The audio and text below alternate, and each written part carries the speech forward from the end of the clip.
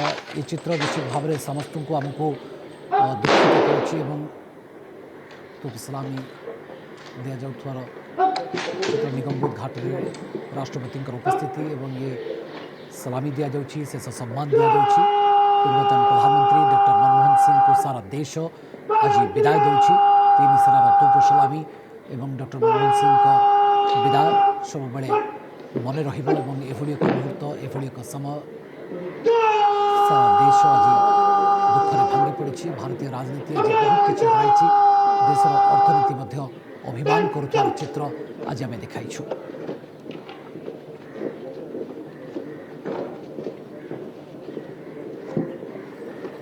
भारतीय राजनीति जड़े स्वच्छ एवं साधु चेहरा थे पूर्वतन प्रधानमंत्री डॉक्टर मनमोहन सिंह राजनेतार चरित्र ठारू एक भिन्न चरित्र तांकर थिला अहंकार ए शब्द तांको डिक्शनरी केबे आम देखी ना जड़े सामान्य व्यक्ति भाव में से सब बेले शासन चलाइबा को भल पाउथिले ना केबे विवाद भितर को पशिबा को चाहूले ना विवादीय निजे होगा को चाहूले से जो पदवी से बसिछंती जो पदवी से अलंकृत होइछंती सबु पदवी एक स्वतंत्र छाप निजस्व एक परिचय छाड़ी आलोक जी आलोक कुमार हम सहित वरिष्ठ पत्रकार वरिष्ठ सांबादिक लगातार भाव में दिल्ली उपस्थित रहते। आलोक जी और एक बात में जिक्र करेंगे तो नॉन कंट्रोवर्शियल वो थे, नॉन इंटरफेयरिंग भी थे, हालांकि वो बात में घुसना नहीं चाहते थे। ये आप कह सकते हैं लेकिन ऐसा होता नहीं है। बेसिकली आप जब प्राइम मिनिस्टर की कुर्सी पे होते हैं तो आप सुनते तो सबकी हैं और जब आप अपनी मन की नहीं करेंगे तो इतनी बड़ी सफलता नहीं हो सकती। तो आप ये सुनते थे सबकी और लगता था कि सुनेंगे सबकी, लेकिन आप जो भी निर्णय इनके कालखंड की आप देखेंगे ये सारा श्रेय इन पे जाता है, इन्हीं के कार्यकाल में नहीं। ये नरसिम्हा की सरकार में उससे पहले जो 5-6 साल तक ये वित्त मंत्री थे, उस समय भी जो भारत एक ड्राइव हुआ बहुत आलोचना होती थी कि भैया क्यों खोले जा रहे हो, उदारीकरण में क्यों देश को फंसाया जा रहा है। तो तमाम आलोचना के समय में पीवी नरसिम्हा राव मुस्कुरा करके मनमोहन सिंह की तरफ देख लिया करते थे, अपने वित्त मंत्री की तरफ देख लिया करते थे। तो आप समझ सकते हैं कि ये सब कुछ उठाने के लिए क्योंकि इतने दृढ़ थे अपने ज्ञान के प्रति, अपनी जानकारी के प्रति। इन्होंने विश्व बैंक के साथ जो काम किया था तंत्र पे, तो इनकी समझ इतनी साफ थी कि वो जब फैसला करना होता था तो बिल्कुल अपने हिसाब से फैसला करते थे। ऐसा नहीं कि बजट के समय कोई और व्यक्ति कोई सुझाव दे और उस पर अमल करने लगे, ऐसा नहीं। और यही एक फर्क पड़ता है कम जानकार व्यक्ति और जानकार व्यक्ति का। जानकार व्यक्ति सुनता हुआ सबकी दिखता है लेकिन करता खुद अपनी है। तो ज्ञान से परिपूर्ण थे और तंत्र इनके रोम रोम में समाहित था। ये जानते थे कि आर्थिक पॉलिसी के बारे में कि ये पॉलिसी करेंगे तो हम यहाँ से यहाँ पे, तो दूरदर्शी थे। और इस हिसाब से आप जब पाएंगे तो हाँ, मैं सरल भाव से लगते थे कि सब कुछ सुन रहे हैं, ये क्या कर सकते हैं। लोग कहते थे, लोग मजाक उड़ाते थे कि तो मौन प्राइम मिनिस्टर है। भाई मौन, जिसका काम बोले उसको मौन रहना ही चाहिए। मैं इस बात के प्रतीक थे और कभी भी इनके चेहरे पे आप देखेंगे कोई तंज नहीं आया, कभी कोई नाराजगी नहीं आई किसी के प्रति। और ज्ञान का जो सीमा है वो तो अद्भुत था। मैं जब आप इसके पार्लियामेंट्री डिबेट में ये हिस्सेदारी सुन लीजिए, इनकी बातों को सुन लीजिए, जहाँ कहीं भी बोलते थे, बहुत कम बोलते थे और लघुता के साथ बोलते थे, लेकिन जो भी बोलते थे वो कहते हैं कि हम लोग जर्नलिज्म में है तो हम लोग कहते हैं कि इसलिए स्मार्ट राइटिंग के मास्टर होते हैं हम लोग, कि कम शब्दों में ज्यादा से ज्यादा बात कैसे कही जा सकती। तो उन समय हमारे आपके गुरु थे। मतलब आप संपादक एक कॉपी संपादित करता है तो संपादित कॉपी होती थी इनकी, वेल एडिटेड कॉपी होती थी इनकी और खुद भी बनाई हुई होती थी। ऐसा नहीं कोई एडिटर आके इनको बताता था।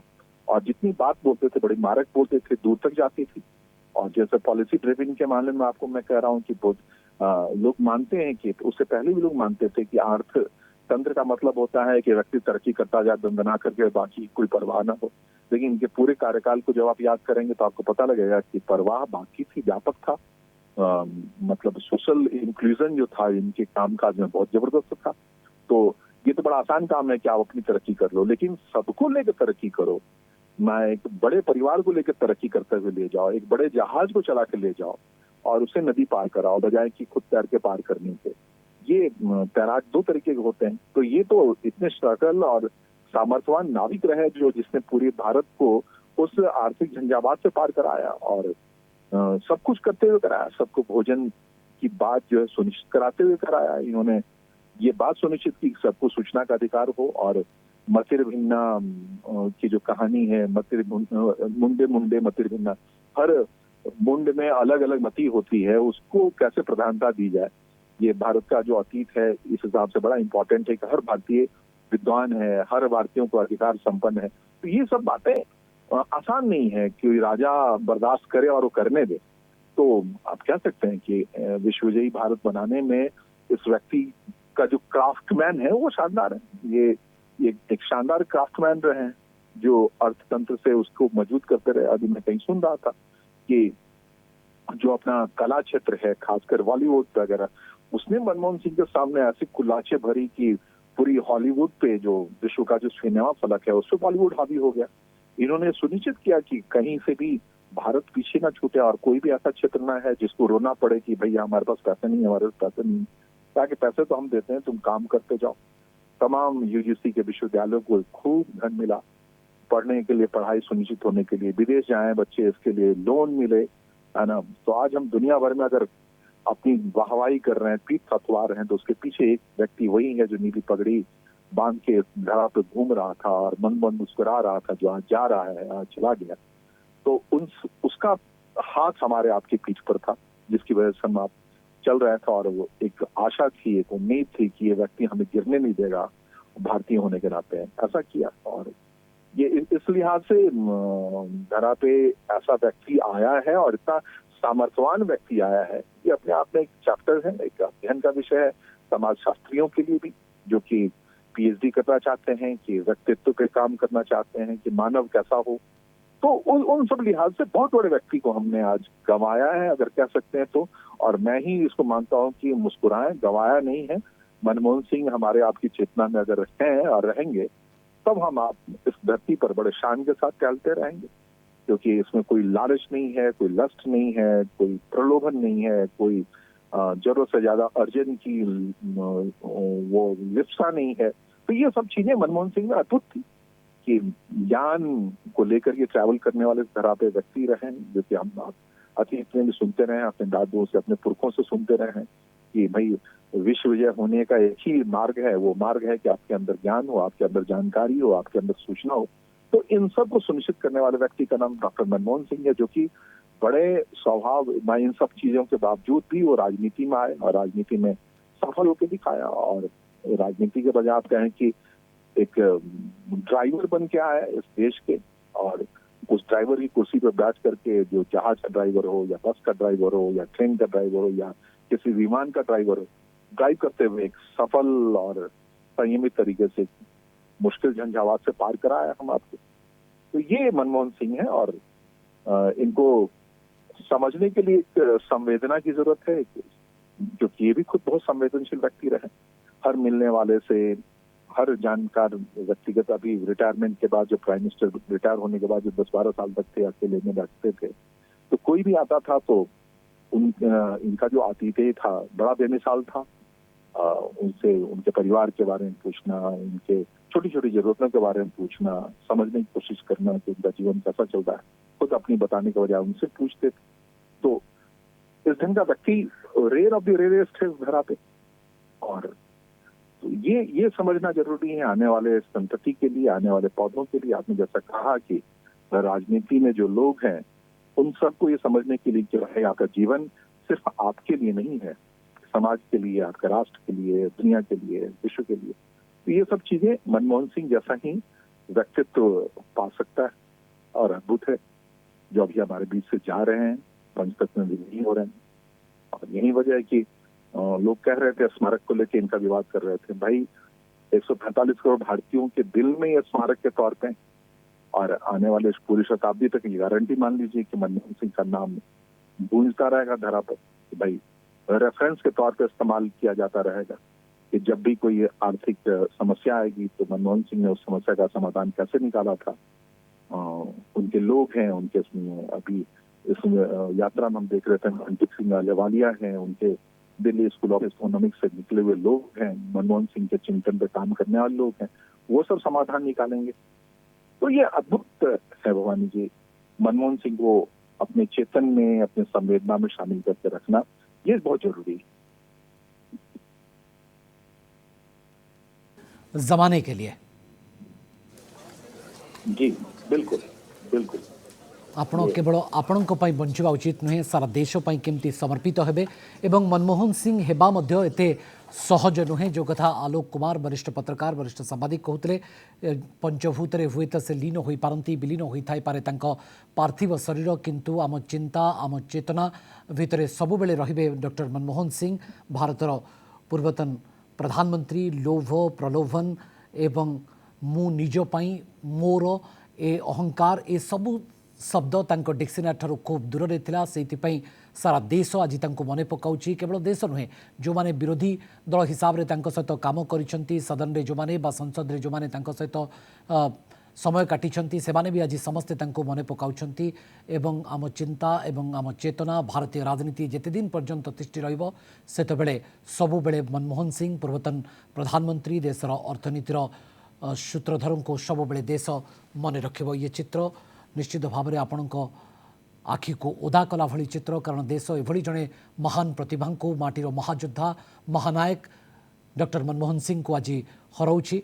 आलोक जी, इस बारे में थोड़ा भी जिक्र करना चाहेंगे कि आपने कहा कि अहंकार, लोभ, प्रलोभन ये सब चीज़ों से काफ़ी दूर थे, हालांकि उनके डिक्शनरी में ये शब्दों का अभी कभी भी जिक्र नहीं किया जाएगा, लेकिन विरोधी यानी कि राजनीतिक समीक्षक, उनके विरोधी जो थे, उनको कहते थे कि भाई आप रिमोट कंट्रोल के प्राइम मिनिस्टर हैं। निसंदेह देखिए, जहां जिस क्षेत्र में थे ना, वो मड है, वो कीचड़ का जगह है जी। आप उसे कह सकते हैं कि उस कीचड़ में पति के तौर पर अगर मैं बोलूं तो फिर कोई और संदेश जाएगा, लेकिन कीचड़ में बहुत कुछ खुद को बचा के रखता है, और कीचड़ में भी तो कह सकते हैं कि रिमोट कंट्रोल एक परिस्थिति जन्य स्थिति में मनमोहन सिंह प्राइम मिनिस्टर बने थे बीच को। वो स्थिति ऐसी बनी थी कि जब चारों तरफ से शोर मच रहा था, ये बात मच रही थी, बड़ा विरोध हो रहा था। अब खुले शब्दों में कहें कि बात ऐसी दिख रही थी, वो अंदर से अब तक खुला नहीं, ये लग रहा था कि हालात ऐसे बन गए हैं कि सोनिया गांधी जो विदेशी मूल के हैं प्राइम मिनिस्टर बन जाएंगी, और उसका अलग अलग तरीके से विरोध हो रहा था। जो प्रतिपक्षी पार्टी थी वो कह रही थी कि भैया, उनकी नायिका थी सुषमा स्वराज जो बाद में विदेश मंत्री बनी, वो कहती थी कि मैं सिर मुड़वा लूंगा और मैं अगर विदेशी मंत्री बना। और कई तरीके से पूरे देश भर में अलग ढंग से एक जिसको कहते हैं राजनीति में ही ये होता है और कहीं नहीं होता है, तो एक अलग ढंग से एक माहौल चल रहा था। और उस परिस्थिति में अचानक से एक नाम आया, डॉक्टर मनमोहन सिंह इस देश के प्राइम मिनिस्टर बनेंगे, और आप समझ सकते हैं कि पूरा सन्नाटा छा गया कि उस हालत में doctor Manmohan Singh prime minister बनेंगे, ये किसी को यकीन हो ही नहीं सकता था। या एक ऐसा व्यक्ति उस भीड़ में है जो कि इन तमाम कोलाहल का जवाब होगा, ये किसी को उम्मीद ही नहीं थी। और इसलिए आप याद करेंगे कि जो यूपीए 1 का कार्यकाल है 2004 से लेकर 2009 तक, भैया अद्भुत है। वो तो लोग भावुक उनके चाल को देखते रहे, क्या क्या फैसले लिए इन्होंने, अद्भुत फैसले लिए। तो उस समय तो कोई रिमोट की बात हुआ ही नहीं। हाँ, लेकिन बाद में जब 2009 में चुनाव में जाने का समय आया तो विपक्ष को कुछ ना कुछ तो चाहिए था, तो वो भी उसमें से वो निकालने लगे, रिमोट की बात निकालने लगे, एज निकालने लगे। लेकिन क्या रिमोट से इतनी बड़ी आर्थिक क्रांति की जा सकती है? सवाल ये है, और इसका जवाब भी खुद ब खुद है कि ऐसा हो ही नहीं सकता कि कोई ज्ञानवान व्यक्ति ऐसा दूर बैठा हो जो रिमोट से आर्थिक क्रांति करवा रहा। और जो फैसले लिए, मैं ये कह रहा हूं कि इंक्लूसिव ग्रोथ जो कुछ भी हुआ, सबको लेकर जो ग्रोथ हुआ, वो एक ही मस्तिष्क की देन है। इनके शिष्य बताएंगे, इनके जानकार बताएंगे, इनके साथी बताएंगे। और अगर थोड़ी देर के लिए मान लें विपक्ष के इन आरोपों को कि कहीं से सही है, तो क्या इतना ताकतवर व्यक्ति भारत के प्रधानमंत्री को कोई रिमोट हैंडल कर सकता है क्या? ऐसा संभव है क्या? या रिवर्स है? दूसरी बात है कि इस व्यक्ति की विनम्रता और इस व्यक्ति की सादगी ये बताती थी, हाँ मैं सबके सामने झुकता हूँ। सबको एक बड़ी कंट्रोवर्शियल तस्वीर आई थी कि ये प्यार करते हुए दिखे थे प्रियंका गांधी के बच्चों को, तो लोगों ने कहा कि अरे देखो चापलूसी कर रहा है, जो भी कर रहा है। लेकिन जब काम का आकलन होगा तब वो तमाम जो राजनीतिक नैरेटिव है जो बनता है, बनेगा ही, ऐसा नहीं है कि राजनीतिक क्षेत्र ही उसका है, जब तक आप कोई नैरेटिव नहीं बनाएंगे तब तक राजनीति में आपका एग्जिस्टेंस पॉसिबल नहीं है। ये अलग बात है कि मनमोहन सिंह को कभी ऐसे कोई नैरेटिव बनाने की जरूरत नहीं पड़ी, उन्होंने काम से इसको परिभाषित किया, इसलिए पूरी राजनीति धारा से अलग है मनमोहन सिंह। और इनके खिलाफ नैरेटिव बनाने की जब भी बात हुई, कहानियों के कथ्य, आपको मैं बता दूं जिसको क्या कहेंगे उड़ीसा में, पूरी राजनीति कहानियों से चलती है, कहानी बनाई जाती है, वो कहीं से एक फुस छोड़ा जाता है और मैच्योर होकर किसी का कैरियर खत्म कर देता है जी। वो जिसको कहते हैं आप दुष्प्रचार या जो भी जी। तो एक प्रोपेगेंडा के तहत। लेकिन मनमोहन सिंह जो 10 साल प्राइम मिनिस्टर भी रहे और उसके बाद 10 साल 12 साल तक इस धरती पे भी रहे, उससे पहले वित्त मंत्री रहे, गवर्नर रहे, मोटे तौर पर 60 साल तक ये सार्वजनिक जीवन में रहे। इनके खिलाफ कोई भी दुष्प्रचार इनके काम के आगे फेल होता रहा, फुस होता रहा जी। और ये दुनिया महसूस कर रही है, ये शताब्दी महसूस कर रही है, और ये जो हम विजय स्थिति में हैं वो महसूस कर रही है। तो जब भी, लेकिन ऐसा नहीं है कि आप राजनीति में हो, और बहुत सारे लोग इस बात से घबरा जाते हैं राजनीति में आने से कि भैया वहां जाऊंगा तो मेरा जितनी भी मेरी इज्जत बनी पड़ी है सब मिट्टी पलीत हो जाएगी। मनमोहन सिंह उन सबसे सबक है कि भैया आप में अगर ताकत है तो आपको कोई दुष्प्रचार बर्बाद नहीं कर सकता। भैया आप में अगर समझ ठीक है तो आप आइए ना, आपके लिए रखा पड़ा है, आप भारत के नायक बन सकते हैं, आप भारत के प्रधानमंत्री बन सकते हैं। लेकिन जितना बोलना आसान है उतना काम करने में बहुत दिक्कत आता है आलोक जी। हालांकि मनमोहन सिंह बनना उतना आसान भी नहीं है ना, इस बारे में भी हमने जिक्र किया था आपसे। हाँ, निसंदेह। देखिए, धरती पर मनमोहन सिंह दूसरे तो नहीं आ सकते जी, ये बात तो सच है कि मनमोहन सिंह दूर दूर तक मनमोहन सिंह किसी की कॉपी करते हुए नहीं दिखते जी। और हमारी आपकी समस्या है कि हम आप सब कॉपी करते हुए मारे जाते जी। अब कोई व्यक्ति दूसरा मनमोहन सिंह बनने की कोशिश करेगा तो मारा जाएगा, लेकिन मनमोहन सिंह के जो आदर्श हैं, जो मिसाल हैं, जो रास्ते हैं, जो उनका कृतित्व है, उनको अपने में हम कितना परसेंट रखते हैं। और बहुत सारे, जैसे कि पहले भी मैंने बताया कि विचलित हो जाते हैं लोग कि भैया मेरी ईमानदारी की वजह से मुझे परेशानी होगी। भैया ईमानदारी की वजह से परेशानी नहीं होती है, ये सुनिश्चित करके मनमोहन सिंह गए हैं। भैया मैं सादगी वाला आदमी हूँ, मैं शीर्ष तक नहीं पहुंच सकता, इस बात से लोग घबराते हैं और मानते हैं, लेकिन उसकी मिसाल है कि अगर ऐसा कोई व्यक्ति बोलता है कि मैं वो सज्जन आदमी हूँ, मैं प्रधानमंत्री नहीं बन सकता, तो मनमोहन सिंह आ जाओ। मनमोहन सिंह एक चैप्टर खुला है जिसने साबित करके दिखाया है। आप कहेंगे मैं लालची नहीं हूं, मैं प्रधानमंत्री नहीं बन सकता, भैया आ जाओ देख लो, ऐसा कौन सी बात है कि यह अनिवार्य नहीं है कि प्रधानमंत्री बनने के लिए आपको लालची होना पड़ेगा जी। ये मनमोहन सिंह बताते हैं। तो उन तमाम मिथकों के जवाब हैं जो कि आदमी अपना हथियार रख देता है कि भैया मेरे से नहीं होगा। तो लेकिन मनमोहन सिंह दूसरे नहीं बन सकते, ये तो तय। इस धरती पे महात्मा गांधी दूसरे नहीं आ सकते, नेल्सन मंडेला दूसरे नहीं आ सकते, अब्राहम लिंकन दूसरे नहीं आ सकते, ये बीजू पटनायक दूसरे नहीं आ सकते जी। तो ये तो तय है। लेकिन इन सब की संवेदना से, इनके जो इन्होंने उन चीजों को हथियार बनाया जिसको लेकर आम आदमी मान लेता है कि भैया मेरे से नहीं होगा, मैं तो नायक नहीं बन। और मनमोहन सिंह ने उस सादगी को हथियार बनाया अपनी सफलता का, उस विनम्रता को हथियार बनाया अपने पहुंच को आगे बढ़ाने का, अपने ज्ञान को आधार बनाया कि वो इस देश के नीति को तय करेंगे। और 1-2 साल तक नहीं, मोटे तौर पे आप देखेंगे उठा करके 91 से जो जोड़े पिछले 10 साल और ये 24 साल, पिछले 34 साल तक इस देश की जो पूरी अर्थव्यवस्था है, अगर किसी व्यक्ति के द्वारा नियंत्रित है, किसी सोच किसी कलाकार द्वारा क्राफ्टेड है, तो मनमोहन सिंह है। और मनमोहन सिंह की नीति है अर्थ उदारवाद। आर्थिक तंत्र में उदारवाद का दूसरा नाम मनमोहन नीति है। तो मनमोहन नीति आप ला सकते हैं, आप भागिए मत, इस बात से मत भागिए कि यहाँ कीचड़ ही है। आप यहाँ आकर के अगर मनमोहन सिंह जैसी ताकत है आपके अंदर, मनमोहन सिंह जैसा ज्ञान है, तो इस दलदल में कतई नहीं फंसेंगे आप, इसमें आसानी से चलते हुए चल देंगे। तो ये व्यक्ति आज गया है। आप अगर जब भी आप अपने चिंतन में लाएंगे और समझेंगे कि किस वजह से आप हारते हुए दिखते हैं, तो आपको लगता है कि अरे मैं तो बेईमान नहीं था इसलिए हार गया। लेकिन ये बड़ा आश्चर्य होने की बात है आलोक जी कि आपके पास कोई बहुत राजनीति की तजुर्बा भी नहीं है, आपको अचानक से बुलाया जाता है, एक फ़ोन कॉल में आप इतने बड़े दायित्व संभाल लेते हैं और वो भी बड़ी बेखूबी के साथ। जी हाँ, बिल्कुल बिल्कुल। और आपको बताएं कि मनमोहन सिंह के जीवन में एक बार नहीं हुआ ये जी। ये जैसा मैं कहा ना, भारत बुरी तरह से वो जो ये इसकी अलायंस पॉलिटिक्स में भारत बिल्कुल फंस गया था। देवगौड़ा और इंद्र कुमार गुजराल की पॉलिटिक्स में अर्थतंत्र के साथ इतना ज्यादा खिलवाड़ हुआ था कि भारत को अपने बजट लाने के लिए, अपने अर्थतंत्र को लाने के लिए भारत के सोने को गिरवी रखने की नौबत आ गई। और तब भी उस समय के जो प्रधानमंत्री थे चंद्रशेखर, उन्होंने याद किया, उनको किसी ने रेफर किया, और ये व्यक्ति तभी व्यवस्था में बने हुए थे, और इनको उन्होंने कॉल किया और कॉल करने के बाद कहा कि बजट बनाने का मौका आया है और ये स्थिति है और भारत को इस गड्ढे से निकालिए। तो तभी मनमोहन सिंह मुस्कुराते हुए चले आए। और ऐसे कई मौके आए। ये तो प्रधानमंत्री बनने की बात है, जो 83 से 82 में जब इंदिरा गांधी हुआ करती थी, उस समय इनको गवर्नर बनाया गया था भारतीय रिजर्व बैंक का। उस समय रिजर्व का स्टॉक देख लीजिए। अभी तो बहुत सारे लोग खुद को कहते हैं कि मैं बड़ा हीरो हूं और बड़ा भारत के तंत्र में कर दिया। उस समय की जो नीति है 82 में जो क्राफ्ट किया था इन्होंने इंदिरा गांधी रहते हुए 85 तक में वहां के जो गवर्नर रहे थे, उस समय के रिजर्व बैंक का रिकॉर्ड देखिए। तो जब कभी भी इनको देश ने आह्वान किया, ये तो प्रधानमंत्री बनने की बात तो 2004 में आई। आपने चंद्रशेखर जी की जिक्र किया, आपने नरसिंह राव जी के बारे में जिक्र किया, आपने राजीव गांधी के बारे में भी जिक्र किया, आपने सोनिया गांधी के भी बारे में जिक्र किया।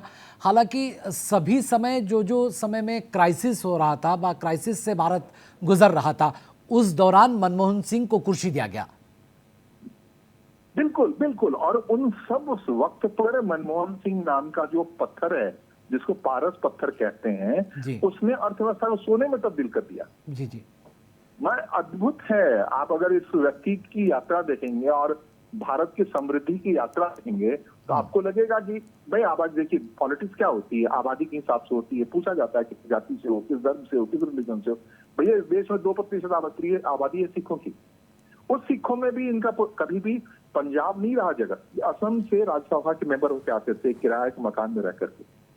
तो कभी भी ये मास पॉपुलराइजेशन में नहीं गया। और वो व्यक्ति आता है टहलते, और हर बार जब भी दस्तक देता है ये देश, और खास करके अर्थव्यवस्था, तब आता है और बड़े सबलता के साथ, बड़ी ताकत के साथ आता है, कहता है अरे यार ये क्या बात, मुझे तुमने आवाज दिया, लो मेरा नाम। तो ये है मनमोहन सिंह। और डॉक्टर मनमोहन सिंह को भूलना आसान नहीं। आप खास करके इसलिए कि भारत जब सफल हो रहा है, या जब सफलता की मिसाल बन रहा है दुनिया के लिए, जब भारत की सबसे बड़ी आबादी होने का मतलब है कि सिर पे हाथ रख के बैठ जाओ और कहो कि भैया हम तो गए डूब, उसमें मनमोहन सिंह की नीति कहती है कहां से डूबे, तुम्हारा जो पॉपुलेशन है, तुम्हारी जो जनसंख्या है, यही तुम्हारी ताकत है। तो ये कौन कह रहा है? ये मनमोहन नीति कह रही है, ये मनमोहन सिंह का चेतना कह रहा है, वो चित्त कह रहा है। तो आप समझिए कितना दुनिया के उन तमाम अर्थवेत्ताओं के लिए मिसाल है जो घबराते हैं, छोटे छोटे मुल्क में बैठे हुए हैं, छोटे छोटे जगह में बैठे हुए हैं, और उनको सिर पे है जो अपनी पॉलिसी को ड्राइव नहीं कर पा रहे हैं। भाई है मनमोहन सिंह की जैसी सोच, तो आओ भारत जैसे विशाल देश को ड्राइव करके दिखाओ। और ये किसी की हिम्मत नहीं हुई भवानी जी। वो नरसिम्हा राव से पहले, चंद्रशेखर के बाद से लेकर के ना अटल बिहारी वाजपेयी की हिम्मत हुई, ना अभी हम नरेंद्र मोदी के दौर में है, किसी की भी इतनी हिम्मत नहीं हुई कि मनमोहन सिंह के तय किए हुए नीति से थोड़ा भी विचलन कर ले, थोड़ा भी हिल नहीं। और सबको लगा कि समाधान समस्या का। हालांकि भारतीय अर्थनीति में अगर कहा जाए तो वो एक ट्रेंड सेटर थे। हम इस बारे में थोड़ा और जिक्र करेंगे। आईटी सेक्टर में जब एक क्रांति लाने में क्रांति का बात हुआ तो मनमोहन सिंह जी का नाम सबसे आगे आया। उन्होंने ही आईटी सेक्टर में एक क्रांति की शुरुआत की, और उस क्रांति की वजह से आज करोड़ों हिंदुस्तानी जो हैं, करोड़ों भारतीय जो युवक हैं, उनको आज नौकरी मिल पा रहा है। ये एक बड़ी उपलब्धि है, उसे भी नकारा नहीं जा सकता मनमोहन सिंह के बारे में जब हम जिक्र करें तो।